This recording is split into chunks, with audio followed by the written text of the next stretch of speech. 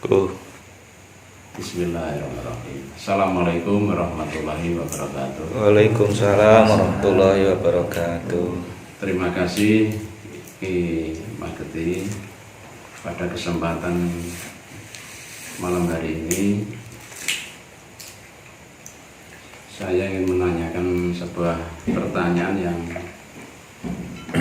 lama sekali ingin ditanyakan.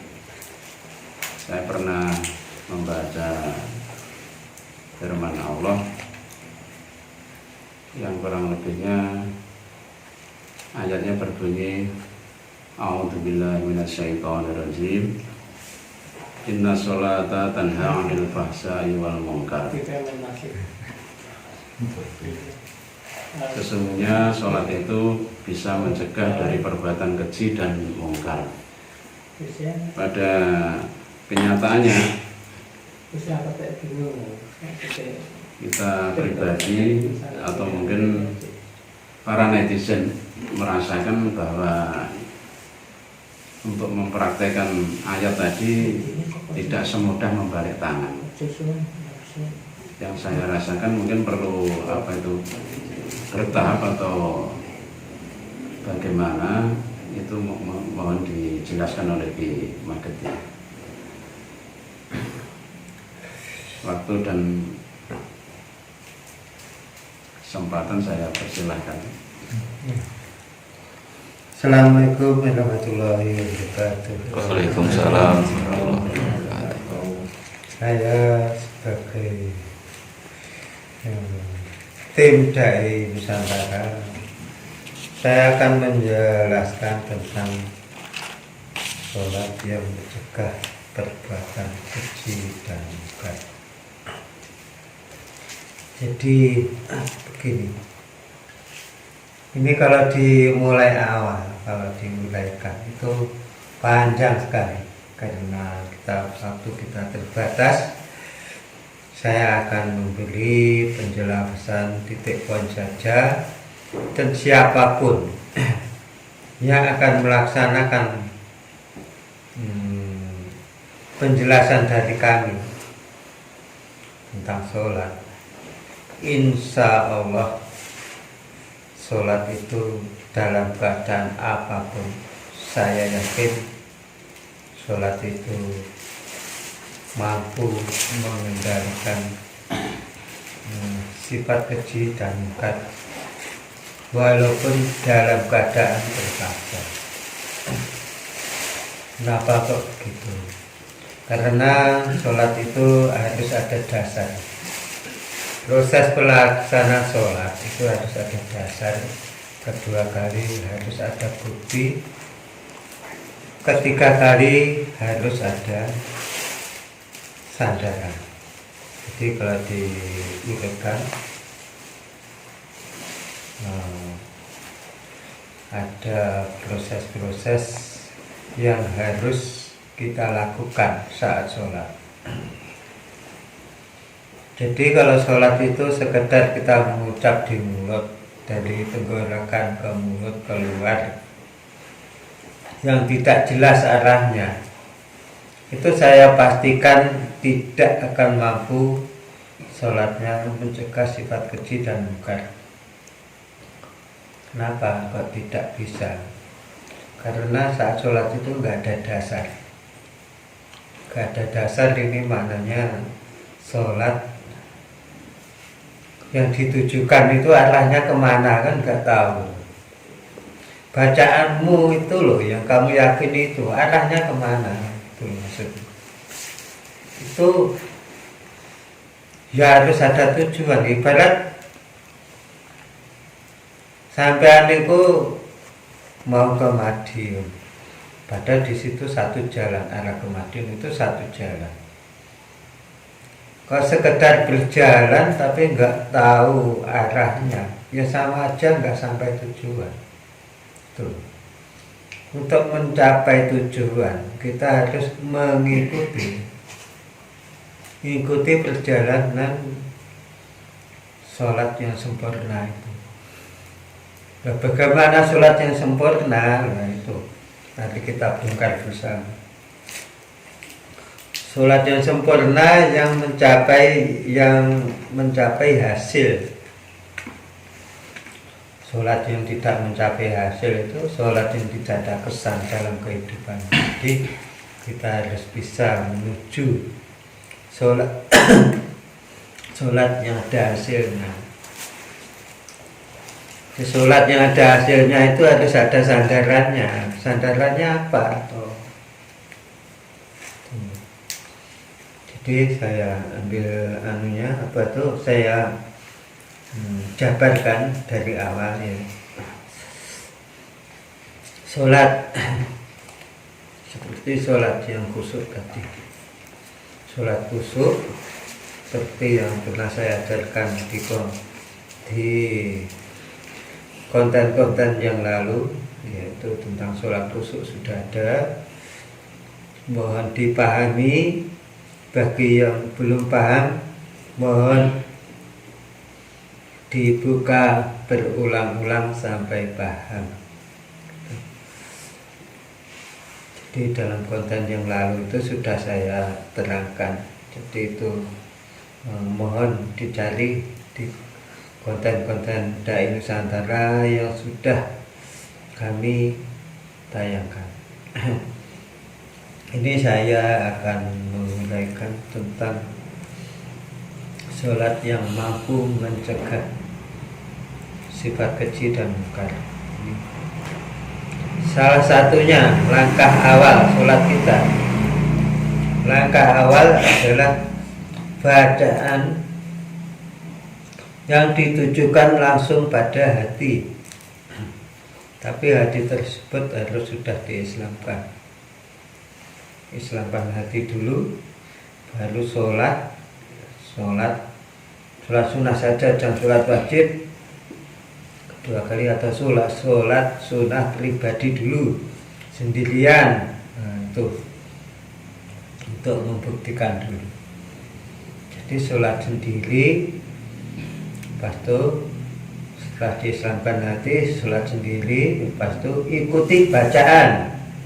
Bacanya ikuti terus. Selama kamu baca, pikiran, perasaan langsung tujukan pada hati. Tujukan pada hati. Kalau masih mampu lagi, kalau ingin menaikkan lagi, harus diartikan menuju ke hati. Apabila ucapan tadi dan rasa itu menuju ke hati dengan dasar tauhid, syahadat Rasul dan syahadat tauhid, itu insya Allah dengan dasar itu tertuju pada itu, insya Allah semua perasaan itu akan tertumpu pada hati. Nah, itu. Setelah tertumpu pada hati, ikuti mulai awal sampai selesai sholat itu. Awal sampai selesai, benar-benar ikuti terus sampai selesai. Setelah selesai itu, apabila sudah istiqomah, hati itu sendiri akan memancarkan cahaya iman dengan keyakinan itu. Dengan cahaya iman itu, maka hati kamu akan dikendalikan oleh rahasia Allah di dalam hati kamu.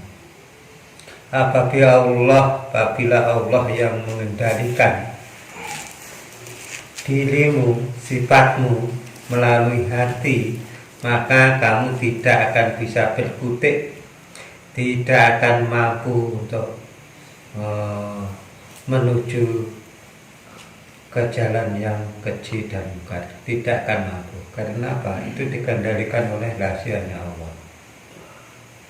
Jadi untuk mewujudkan ayat yang mengatakan sholat yang bisa mencegah keji dan mungkar itu, ya harus perjalanannya seperti itu. setelah itu